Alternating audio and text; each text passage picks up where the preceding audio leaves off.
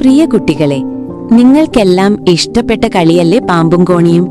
ഒരു സമചതുരക്കട്ട എറിയുമ്പോൾ വരുന്ന സംഖ്യകൾക്കനുസരിച്ച് കരുക്കൾ നീക്കുന്നു.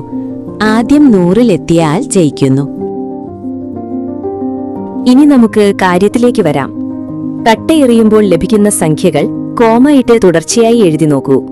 നിങ്ങൾക്കൊരു സംഖ്യാശ്രേണി ലഭിക്കും. നമുക്ക് നോക്കാം.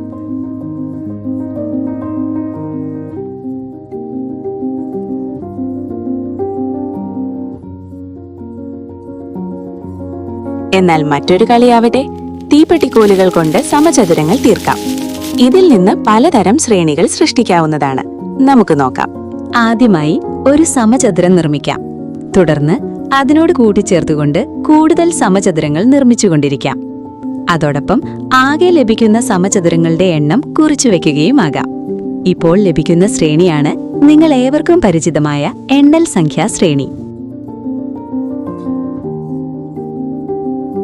സമചതുരങ്ങളുടെ എണ്ണത്തിനു പകരം ആകെ ഉപയോഗിച്ച തീപ്പെട്ടിക്കോലുകളുടെ എണ്ണമാണ് കുറിച്ചു വെക്കുന്നതെങ്കിൽ നമുക്ക് മറ്റൊരു ശ്രേണി ലഭിക്കും.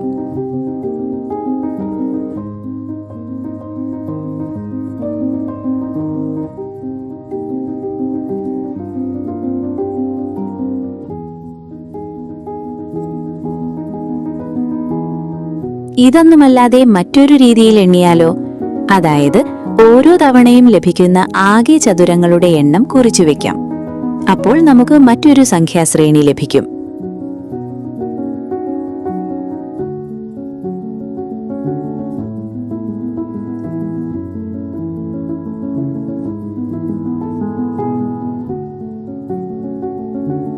നമുക്ക് ഈ ശ്രേണികളെ ഓരോന്നായി പരിശോധിക്കാം. ഈ ശ്രേണികളെ പദങ്ങൾ 1 വ്യത്യാസത്തിൽ വർദ്ധിച്ചുകൊണ്ടിരിക്കുന്നു. അതായത് അടുത്തടുത്ത 2 പദങ്ങളുടെ വ്യത്യാസം സ്ഥിരസംഖ്യയാണ്. അതേസമയം ഈ ശ്രേണിയുടെയും അടുത്തടുത്ത 2 പദങ്ങളുടെ വ്യത്യാസം തുല്യമാണ്. ഈ ശ്രേണിയിലെ പദങ്ങൾ 3 വ്യത്യാസത്തിൽ വർദ്ധിക്കുന്നു. ഇത്തരത്തിൽ ഒരേ വ്യത്യാസത്തിൽ കൂടുകയോ കുറയുകയോ ചെയ്യുന്ന പദങ്ങളുള്ള ശ്രേണിയെ സമാന്തര ശ്രേണി എന്ന് വിളിക്കുന്നു. ഇത്രയും പറഞ്ഞതിൽ നിന്ന് ഈ ശ്രേണി സമാന്തര ശ്രേണിയല്ല എന്ന് വ്യക്തം.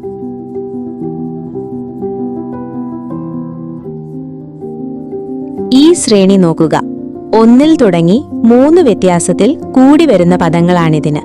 അതുകൊണ്ട് തന്നെ ഇതിന്റെ പൊതുവ്യത്യാസം 3 ആണ്.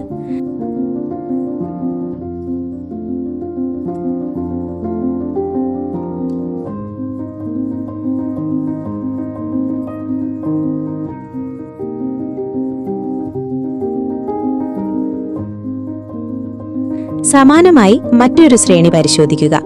ഇതിന്റെ പദങ്ങൾ 19-ൽ തുടങ്ങി 3 വീതം കുറഞ്ഞു വരുന്നു. ആയതിനാൽ ഇതിന്റെ പൊതുവ്യത്യാസം -3 ആണ്.